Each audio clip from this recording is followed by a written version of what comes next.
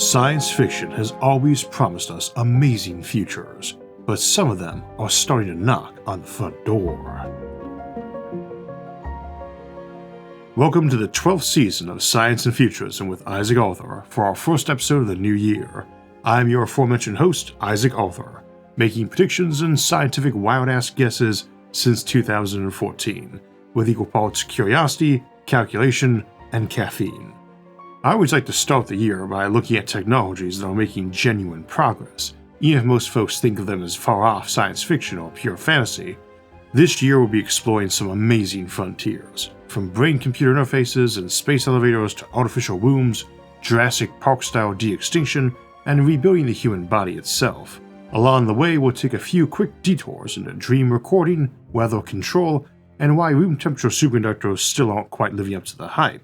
So, grab a drink and a snack, and if you enjoy Journeys in the Future, don't forget to like, subscribe, and click the notification bell, because today we are exploring the science fiction dreams that are fast becoming our science reality. Humanity has always dreamed of connecting minds, the telepaths and hive minds of sci-fi. We might actually be getting there one electrode at a time. Personally, I'm not sure I want either of those options. A hive mind sounds like a committee meeting that never ends, and telepathy seems like a fine way to learn what people really think and achieve the exact opposite of bringing us all closer together. Still, I wouldn't mind skipping the endless fumbling with keyboards and other interfaces just to get words or images onto a screen. Considering I write the equivalent of 4 books a year in scripts and essays, and have a stubborn speech impediment that still manages to resist speech-to-text software, I am understandably fond of that idea.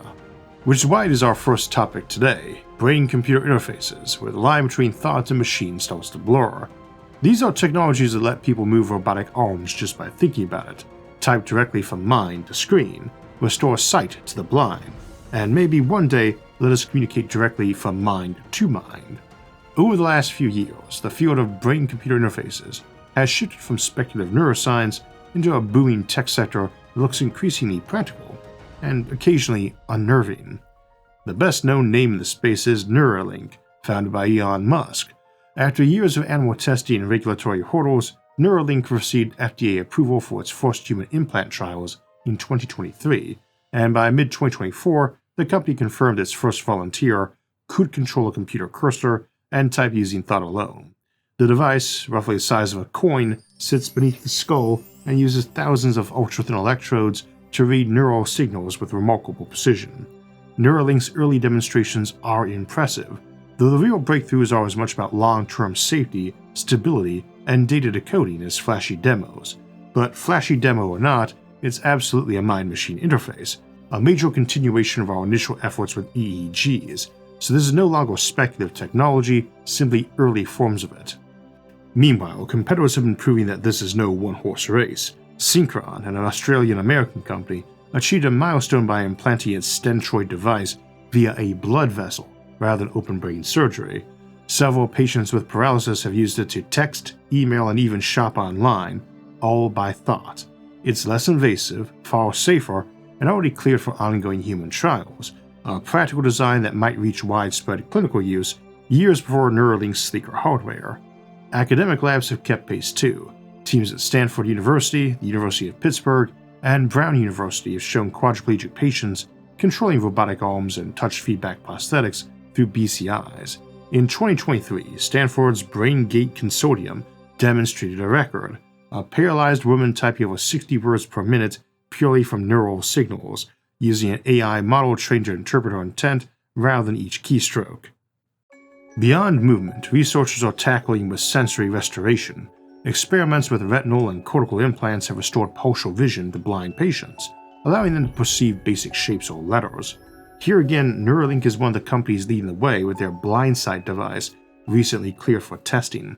In 2024, a Swiss team reported a brain-spine interface that helped paralyzed men walk again by routing neural signals around damaged spinal tissue, effectively bridging broken nerves with electronics. The other major trend is wireless miniaturization. The clunky bundles of cables you once saw in lab demos are vanishing, replaced by fully implantable wireless units with low-power transmitters and rechargeable batteries.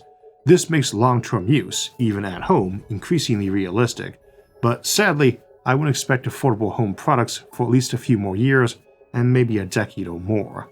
Of course, progress raises big questions. Who owns your neural data? How hackable is a thought?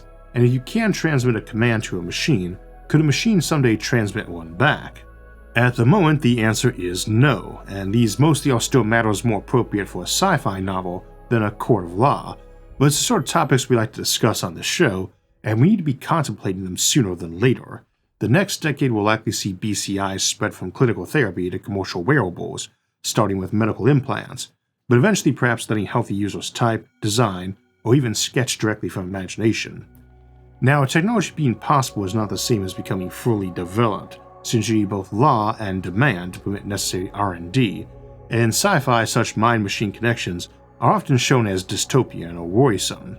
Why these will probably become ubiquitous, though, is because they represent a quality-of-life issue for folks with handicaps that provides the motivation for people to permit and fund the R&D.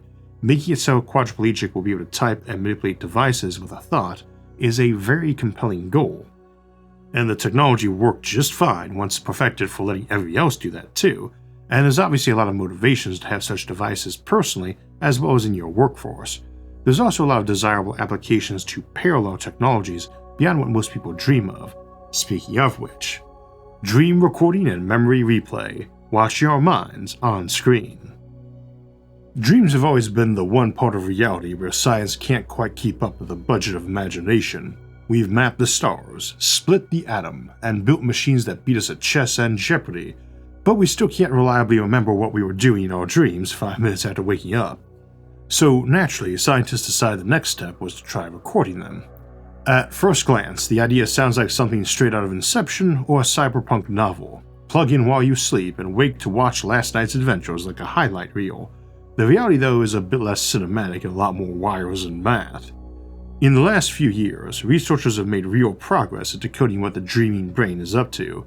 At Japan's ATR Computational Neuroscience Laboratories, teams have used fMRI scanners combined with AI pattern recognition to identify basic dream imagery. Shapes, objects, even categories like faces or buildings. They are not making dream movies yet, but they can tell with surprising accuracy what kind of thing you were dreaming about. Over at MIT's Media Labs, the Dormio project takes a different track. Rather than recording dreams, it plants them. They are wearable sensors monitor when you're drifting into hypnagogic states between waking and sleeping, then play audio cues to steer your dreams. You can literally fall asleep thinking about trees and wake up with your subconscious still exploring the forest. It's dream incubation, not dream capture, but shows the border between conscious intention and the dream world is not quite as firm as we thought. Still, we are a long way from replaying our nocturnal adventures. The imaging equipment is enormous, the signal is messy, and the ethics of mind recording even messier. There's also the awkward problem that some dreams are best left unrecorded. I doubt anyone needs 4K playback of their brain's weirder moments, though even as I say that, I'd imagine there'd be quite a market for it, plus plenty of unsolicited posting of them on TikTok and Instagram. But as brain-computer interfaces and neural imaging improve, we may eventually get the option to peek into our sleeping minds, or at least better understand how dreams help us to learn, process emotion, and create. Until then, we'll have to keep dreaming the old-fashioned way, unplugged, unfiltered, and mercifully undocumented. Number 2. Artificial wombs and designer babies. Rewriting reproduction. Few things feel more like playing God than redesigning the process of life itself, and in the last few years, science has gotten uncomfortably close to doing just that. Artificial wombs, gene editing, and embryo selection have moved from speculative fiction to active laboratory work, and whether you find that exciting or alarming, or both, I think it will play a big role in humanity's future. The idea of an artificial womb, or ectogenesis to use the artificial term, though there are others like machine-mediated gestation, has been floating around since at least the 1920s, and popular in science fiction, probably getting its best earlier treatment in Isaac Asimov's second robot novel, The Naked Sun, where he made a civilization that started viewing it as a possible alternative to pregnancy and is worried about population decline. Great novel, by the way, and to minimize spoilers, most of the people can't stand being in the same room with each other physically, which obviously tends to interfere with classic reproduction. It tends to get viewed as big glass tubes with a fetus inside them, which I always thought was a bad idea. I think you'd be a lot more likely to see babies or adult clones being grown in thickly armored tanks, which interferes with showing them to audiences in films, but makes them a lot more smash resistant, which also happens a lot in films. Or again, spoilers, to the Cleons at the end of Season 3 of Asimov's Foundation TV series adaptation. The current version is neither a vat nor a armored tank, but a bag instead. In 2017, researchers at the Children's Hospital of Philadelphia demonstrated the first convincing prototype, a bio-bag that successfully supported premature lab fetuses for weeks, letting them develop as if still inside their mothers. Since then, labs in Japan, China, and the US have made huge strides in refining similar systems, working toward the goal of supporting premature human infants, not as full replacements for pregnancy yet, but as bridges for babies born dangerously early and a leap in the technology from current neonatal incubators we use for premature births today. Meanwhile, other researchers are taking the next logical step and asking if we can nurture life outside the body, could we start it there too? In 2023, scientists in Israel grew synthetic mouse embryos entirely in artificial wombs, from a cluster of stem cells to a recognizable mammal with a beating heart and brain folds, all without sperm, eggs, or a mother. Human application remains tightly restricted, but the proof of principle is there. The building blocks of life can be assembled and developed with astonishing precision. It's the kind of breakthrough that makes science fiction writers nervous that the real world is stealing all their best material. And I think the initial reaction from most people is that it can and should stay in sci-fi. However, I think we can take for granted this technology will eventually move into the realm of human babies, and for two very good reasons. First, we have what I'll call the fertility age dilemma. It's much easier to conceive and have a healthy child when you are younger, but it's much harder to raise that child successfully when you are young. It takes time to build stability, resources, and life experience that make parenting easier, and yes, they really do. And trying to juggle a new family, a career, and the chaos of adult life is no small feat. If you've had kids, you can confirm this. If you haven't, I highly recommend it, though preferably on your own timeline. Unfortunately, nature doesn't always cooperate. That's true for men and women alike, though especially for women. And artificial wombs could extend that timeline without needing surrogate parents, which comes with its own ethical and emotional complications. Contrary to popular belief, we do not have a declining population globally. It is still rising every year and has for all the centuries we have reliable data. Not one exception. But we do have a declining birth rate, driven by a lot of factors, and it shouldn't be oversimplified as many are regional or cultural or generational, but two in particular stand out. Fewer accidental pregnancies and people starting families later in life after building careers and independence. We do not want a declining birth rate, but we don't exactly want unwanted pregnancies either, and while I think people sometimes worry more than they need to about juggling a career, a personal life, and a family, it is a juggling act, and it would certainly help if there wasn't a biological clock ticking over your shoulder. You may disagree with me on that, but for forecasting the future, it's clear that many people want to have children later in life, and artificial wombs make that far more feasible. Freezing embryos or sperm in your 20s helps too, but even without that, extending fertility options opens many doors.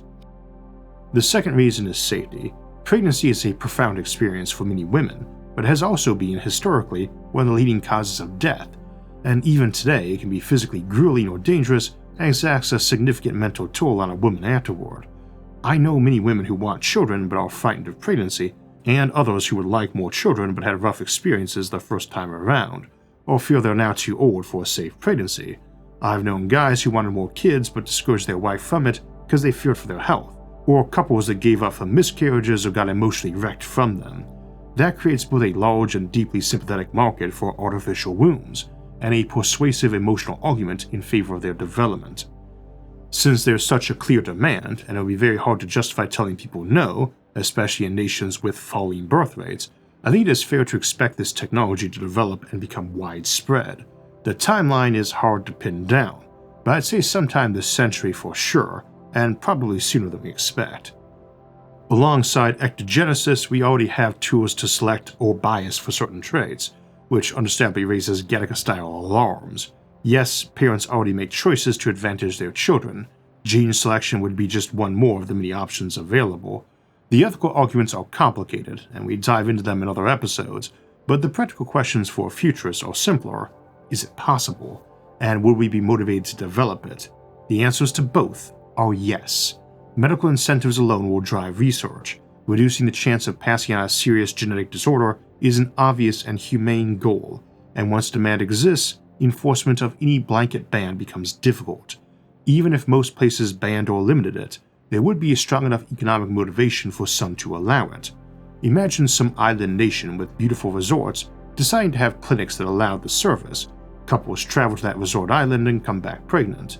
I very much doubt anyone is going to be willing to go to war over that, or arrest and examine couples returning from there.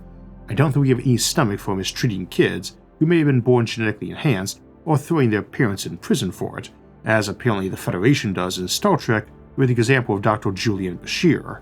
There are a lot of other options besides that of being taken over by Khan Nooney and Singh, so it's likely to be possible sooner than not, and likely to become available sooner than not. That's true for most powerful biotechnologies, cybernetic enhancements, and transhuman options. The ethics are real and worth debating, strong arguments from many directions, but they will probably not stop the technology from being developed or adopted. Controversial topic, and it should be. I do not know what the right solutions for these are, but I do know we best get busy discussing them seriously because they are not far off. Bio, the other kind. Incidentally, you might be wondering who the heck this guy on the screen is and why you should care what I think about anything. If you're not a narcissist, talking about yourself to strangers can be a bit embarrassing and uncomfortable, but a big factor in presenting information is that people have some reason to know and trust you. I dislike autobiography, and argument from authority even more so. It just takes up time I'd rather spend on the main topics, and I'm not exactly noted for my brevity on those either. But I try to fit a little in now and then, especially in these top-of-the-year gateway episodes, because background does matter. Phrasing and context matter a lot too. For instance, I'm a high school dropout. I dropped out when I was 12. That paints a certain picture in people's minds, which changes when I add that I also graduated college at the top of my class when I was 20. Both are true, and part of why I do this show is because I don't believe formal education is, or should be, the only path to knowledge. But formal education-wise, I am a physicist, though not a PhD. I completed all my undergraduate and graduate coursework, but left a few years into graduate school to serve in the US Army from 2003 to 2010. I am a combat veteran, and spent a little over a year deployed in various parts of Iraq. I had hoped to continue my studies while in the Army, and I did, informally, while I was stationed in Germany, but when I got out, the idea of returning to university to chase a professorship just didn't appeal anymore. I liked teaching, but I didn't like the idea of doing it to captive audiences or having to teach the same material over and over. I eventually missed talking and teaching science and sci-fi and would start the channel as a hobby in 2014, but that was still a bit off. Instead, I went home and went into local government, where I still serve today as chairman of the Board of Elections for my part of Ohio, under our Secretary of State. My wife, Sarah, serves in the Ohio House of Representatives, where she chairs the Education Committee. We met while I was still in the Army, but didn't start dating till years later and married in 2020, the same year I received the Pioneer Award from the NSS, the National Space Society, and in 2023 I was elected the president of the NSS, which was also the year we legally adopted our 3 foster children, Christopher, Isabella, and Geometry, currently ages 10, 9, and 7. We homeschooled them on our farm in Plymouth, Ohio, and I have 2 cats, Flax and a new kitten named Galileo. So that's me in a nutshell, a lifelong space and science geek, and I try to incorporate science fiction into a lot of our episodes as a fun and familiar guide, but our focus is on actual science and critical thinking about the future. And since for me a big part of that future is space, since it makes up 99.9999% of everything, it's no surprise that space and how to get there should make it onto today's list. Number 3. Space elevators. I am guessing the concept of a space elevator does not need much introduction, and this episode is already getting on the long side, but when this show first started, I thought of them as an interesting option for places like the Moon or even Mars, but not realistic for Earth. I have changed my stance on that in recent years, and that's why we did an extended space elevator update episode about a year back, and 2 follow-ups zooming on the economics of space elevators and the materials for them. Now, the reason I changed my tune wasn't actually because of new developments in materials, though improvements in graphene production in the last decade have been major, and we're now seeing commercial usage of both graphene and carbon nanotubes, and I would not be surprised if they started getting added to concrete for roads and buildings in a decade or so. Mass production of space elevator lengths of either, most likely GSL, graphene superlaminate, is still a ways off, but I would qualify it as way better than 50-50 to happen within a generation. There is, after all, a big difference between being able to make a piece of steel track and building continental railroad systems. Rather, what changed my mind was the realization that not only is the equator big, but that space elevators don't have to be on it, and that the raw materials involved are pretty small compared to those for running rockets. Hence, we are not considering one big space elevator, but rather potentially thousands of small ones running routine cargo that might only cost tens of millions of dollars each to deploy once mass production begins. See those episodes for the deep dive, but the cool thing about them is getting to space on them. Often rockets will be better for low orbit, which is where we want most of our satellites at, but rather how they make getting to higher orbits, the moon or other planets, incredibly cheaper, and free us up for things like orbital power generation, which, given that graphene is a very good conductor, might be able to transmit down by wire instead of microwave beaming. That same technology also makes it much easier to deploy solar shades and mirrors, which remains the most practical option for weather and climate control. If you can alter how much light hits where on Earth and what quantities and frequencies, you have a lot more room for handling not just overall climate change, be it artificial or natural like a volcano, but also for diffusing severe weather like hurricanes before they get rolling. And while such methods would work and the technology for space elevators is improving, most of our other experiments with weather control in recent times have been mixed successes at best. If we are to avoid extinction of ourselves or the critters under our stewardship, options for weather control and space development are critical. And space elevators might turn out to be the best path, though fortunately, the developments in space in general in recent times leaves a lot to be optimistic about. Graphene is our honorable mention as it, carbon nanotubes, and other 2D materials have made huge leaps this last decade. On the reverse side of that is room temperature superconductors, which in truth have had a lot of progress, but also had a couple really bad false starts. Anytime a technology gets overhyped and overpromised, it tends to build public skepticism, which hurts people investing their time and money into it. It's hard to get any serious efforts in fusion these days, especially in low temperature fusion, because of all the overhype and fraud cases involved in cold fusion. And that is one of the reasons on this show we try not to jump on every new science announcement. Number 4. Cloning extinct species. Jurassic Park becomes real. Now that it's been all of 10 seconds since I disparaged clickbait titles and overhype, let's talk about bringing dinosaurs back from the dead. Now, in truth, this technology works best for species whose DNA is still readily available, which generally means creatures that went extinct recently. Even a few hundred years makes it much harder. You could perhaps find a dodo bird's bone and scrape together enough genetic fragments to reconstruct its full DNA sequence, but that's about the limit of what we can do reliably.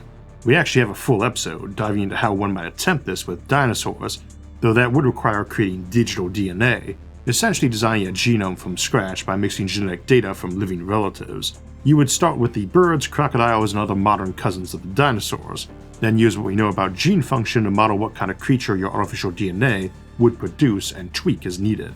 The problem is we don't really know what most dinosaurs look like at the photographic level. Their skeletons give us structure but not texture, coloration, what color was their skin, or feathers. Also, if you're building your own Jurassic Park, you'd have to decide, do you want a creature that looks like what we think a T-Rex looked like in the movies, or one that actually did, but might look less cool or iconic? Some species likely had feathers, others did not, and we can only make educated guesses based on partial evidence. That said, we could absolutely make a park full of giant lizards that look like the ones from mid-century B-movies, which ironically enough, often were modern lizards filmed on miniature sets. The key point is that DNA is a logical blueprint, not random junk. With enough samples and a solid understanding of gene function, we can recreate a reasonable facsimile of an extinct species. The DNA might not be perfect, but perfection was never part of evolution anyway. A species that lived for 10 million years likely had wide genetic variation. The only reason we treat two fossil specimens as the same species is because their bones look similar enough. You'd never get 100% DNA match because it's meaningless. Their actual DNA would have differed as much between each other as yours does for another person's, maybe a chimpanzee, or even the cells in your own body where small mutations occur throughout your life. The real game changer is that we can now print DNA from a digital template. It's a slow process, but you only need one working genome to start. Once you have that, you can insert the printed DNA into an embryo of a related species, one close enough for the machinery of life to do the rest, maybe using the options discussed earlier. But that's for things long extinct, and is still a ways off. Bringing back extinct critters, though, is not, and this has moved from sci-fi into reality. Around the world, scientists are actively trying to bring extinct species back to life. The most famous efforts are aimed at the woolly mammoth. Several teams, including Texas-based company Colossal Biosciences, are working to resurrect mammoth-like elephants by editing Asian elephant DNA with mammoth genes. Already they have some success resurrecting the dire wolf, although there is some debate on how close these new pups are to their extinct ancestors. Their stated goal isn't just curiosity, it's ecological. Mammoths once maintained the Arctic grasslands that reflected sunlight and trapped carbon. Restoring them, the argument goes, could help slow climate change. Whether that's sound environmental policy or just the most expensive landscaping project in history remains to be seen. Colossal isn't stopping there either. They've announced plans to revive the Tasmanian tiger, thylacine, and dodo bird, partnering with universities in Australia and New Zealand. In each case, they're using a mix of CRISPR gene editing and stem cell reprogramming, blending recovered genetic fragments from museum specimens with DNA from the species' closest living relatives. It's not exactly cloning in the copy-paste sense, it's more like genetic reconstruction, filling in missing code like a biological jigsaw puzzle. Meanwhile, other groups are taking smaller but steadier steps. Laboratories have already cloned endangered animals like Przlowski's horse and black-footed ferret using cryopreserved cells. These are not science fiction revivals but genuine tools for species conservation, creating genetic backups that could one day restock dwindling populations. It is a powerful reminder that the same technique that can bring back lost species might also keep the living from disappearing. Here's where we get an interesting dilemma. For my part, I think it's wise to get a copy of every critter's DNA, preferably several, and get them on ice as well as digitized and backed up. I think this perspective is winning out, but even a decade back I often heard pushback that doing that would encourage people to be more blasé about extinction, because we'd be assuming we could bring them back. Which is probably true too. We worry less if something might go extinct if that can be a temporary case, but I view that as akin to installing seatbelts and airbags. It might make some people more reckless as drivers, but it's still a wise idea. The same cannot be said about bringing back long-extinct species and introducing them to existing environments on Earth. And it's another reason I like space and space habitats. The former gives you a lot of worlds to potentially resurrect old ecosystems into, and the latter are ideal nature preserves. An O'Neill cylinder the size of a typical county is big enough for a fairly complete ecology and nicely isolated by the vacuum and meter-thick steel walls from poachers and invasive species.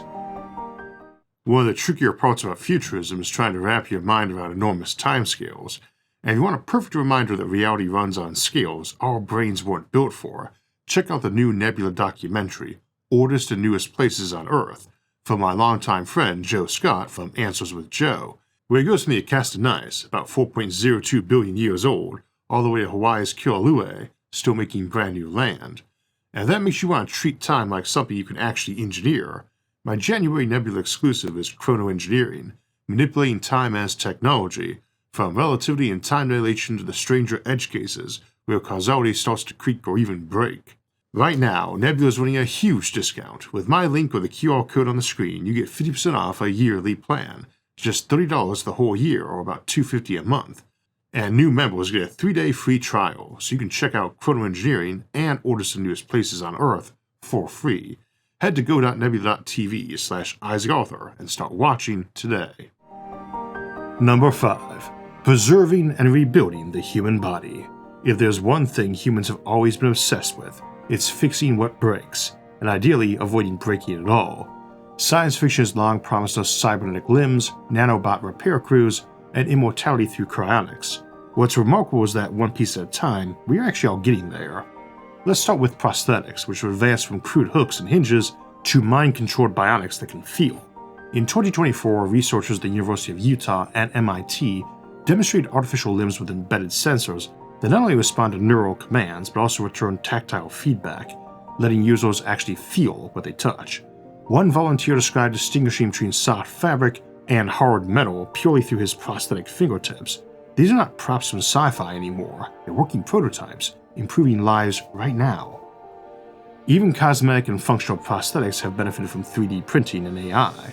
Modern bionic hands can be personalized in hours, designed from a digital scan, printed in lightweight materials, and tuned to the user's neural signal profile. It is not cheap yet, but the prices are falling fast enough that in another decade, losing a limb might be an inconvenience rather than a tragedy. Then we move to regenerative medicine, the art of convincing your body to rebuild itself. In the past few years, scientists have successfully grown miniature organs, or organoids, for testing drugs and transplants. In 2023, a group at Wake Forest University implanted a lab-grown bladder into a patient, marking a quiet but profound step toward custom-grown replacement parts. Researchers are now printing complex tissues with bioinks containing living cells, meaning one day organ transplants might come not from donors, but from desktop printers in hospital basements. And of course there's nanotechnology, the ultimate fixer from within. We discussed this in depth at the start of last year, and we're still not at the stage of tiny robots repairing cells in real time. We are inching closer. Nanoparticles are already delivering targeted cancer treatments, unclogging arteries, and monitoring chemical changes in the blood. At Rice University, engineers have been testing nanobots made of magnetically guided particles that can seek out and destroy bacteria in wounds. They are microscopic, not mechanical, but they show how the dream of internal maintenance systems could begin as medical dust rather than micro-machines. If all else fails, there's always the cold option, cryopreservation. Once dismissed as fringe science, the field has made quiet but steady progress. The first human brains and bodies preserved decades ago are unlikely to wake up, certainly not anytime soon, but the technology has improved dramatically. Modern vitrification can now freeze embryos, organs, and even small animals without damaging their cells from ice crystal formation. Last year, researchers at the University of Minnesota successfully thawed and transplanted a previously frozen rat kidney. It worked. Didn't make headlines, but it should have.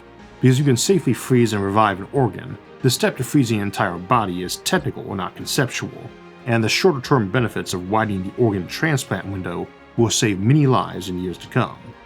Combine cryonics with regenerative medicine, nanotech, and brain-machine interfaces, and the line between repairing a person and rebuilding one starts to blur. It's not hard to imagine a century from now when death by injury or disease becomes more like a software crash than a permanent failure, something inconvenient but recoverable.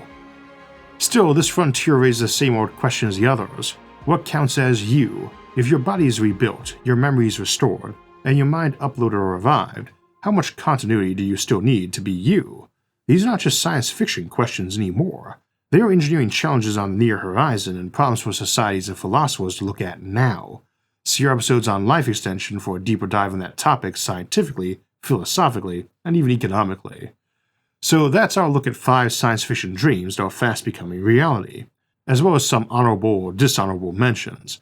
We may not yet have warp drives or teleporters, but we are learning to link mind and machine, grow life, climb into orbit, resurrect lost species, and rebuild ourselves, one molecule at a time.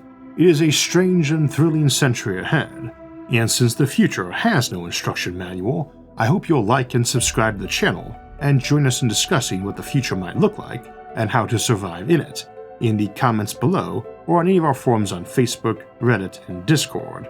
As always, until next time, thanks for watching, and have a great week.